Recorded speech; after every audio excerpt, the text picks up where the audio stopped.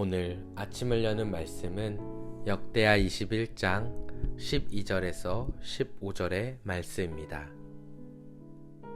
선지자 엘리야가 여호람에게 글을 보내어 이르되 왕의 조상 다윗의 하나님 여호와께서 이같이 말씀하시기를 내가 내 아비 여호사밧의 길과 유다 왕 아사의 길로 행하지 아니하고 오직 이스라엘 왕들의 길로 행하여 유다와 예루살렘 주민들이 음행하게 하기를 아합의 집이 음행하듯 하며 또 내 아비 집에서 너보다 착한 아우들을 죽였으니 여호와가 내 백성과 내 자녀들과 내 아내들과 내 모든 재물을 큰 재앙으로 치시리라.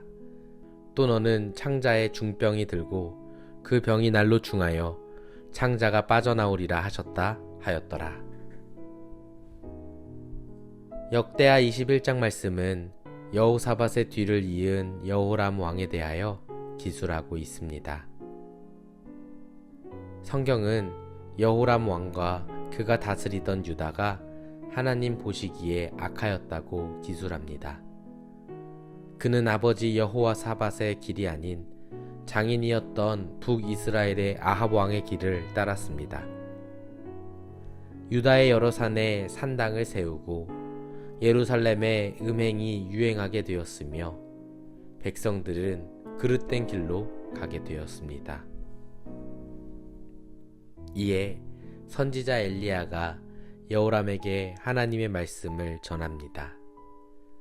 사실 역대기 말씀은 기본적으로 북이스라엘 역사를 취급하지 않았기에 북이스라엘에서 주로 활동한 엘리야의 이야기가 생략되곤 했습니다. 엘리야 선지자의 이름이 언급된 적은 역대기에 딱 한 번뿐인데 바로 지금 이 여호람 왕에 관하여 예언하는 내용이었습니다. 그만큼 여호람 왕 시대의 유다는 하나님 보시기에 악했다고 볼 수 있겠습니다. 엘리야가 말했습니다. 내가 여호사밧과 아사의 길이 아닌 이스라엘 왕들의 길을 걸으며 예루살렘 주민들로 하여금 음행하게 하고 또 내가 내 착한 아우들을 죽이는 등 악한 일을 행하였으니 하나님께서 내 백성과 내 자녀들과 내 아내들과 내 모든 재물을 큰 재앙으로 치시리라. 또 너는 창자에 중병이 들고 그 병이 날로 중하여 창자가 빠져나오리라. 이처럼 하나님께서는 하나님의 법도를 떠난 유다의 왕을 벌하기로 작정하셨습니다. 하지만 성도 여러분, 만일 엘리야의 예언을 들은 여호람 왕이 진정으로 회개하고 죄에서부터 돌이켰다면 어떻게 되었을 것 같습니까? 물론 여호람 왕이 궁극적으로 회개하지 않았기 때문에 우리는 그 결과를 다 알 수는 없겠으나 그동안 우리가 성경을 통해 봐온 하나님이시라면 그를 용서하셨을 확률이 높지 않겠습니까? 실제로 오늘 본문은 여호람 왕이 어떻게 반응하였는지 언급하지 않았습니다. 그런데 이 말은 매우 높은 확률로 여호람 왕이 엘리야의 예언을 듣고 크게 신경 쓰지 않았다고 유추해 볼 수 있습니다. 그가 회개하지도 돌이키지도 않고 화를 내거나 그의 말에 저항하지도 않았다는 뜻입니다.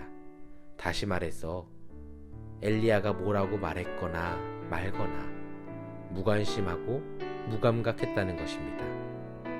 그래서 성경은 여호람 왕이 어떻게 반응하였는지 언급조차 하지 않았던 것입니다. 그 결과 여호람 왕은 하나님의 말씀대로 창자에 중병이 들어 창자가 빠져나와 죽게 됩니다. 성도 여러분, 오늘 본문을 통해서 우리가 경각심을 가져야 하는 모습을 생각해 볼 수 있겠습니다. 바로 선포된 하나님의 말씀에 대해 무감각한 상태가 되어서는 안 된다는 것입니다. 요즘 우리가 살아가고 있는 이 시대는 훌륭한 설교들을 너무나 쉽게 들을 수 있는 시대입니다. 내 신앙적 성향과 잘 맞는 목사님의 설교를 선택하여 들을 수 있는 시대를 살고 있습니다.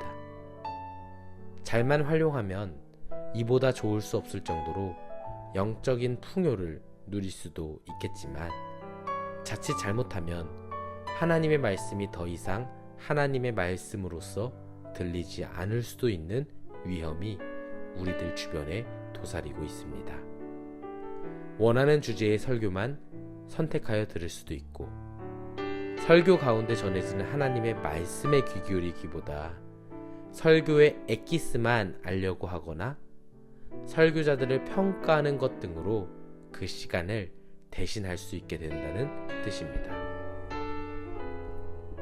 그러한 위험성 속에서 우리가 기억해야 할 것이 있습니다. 바로 설교는 나를 향해 말씀하시는 하나님의 메시지만 우리의 영혼과 마음 가운데 남아야 한다는 것입니다.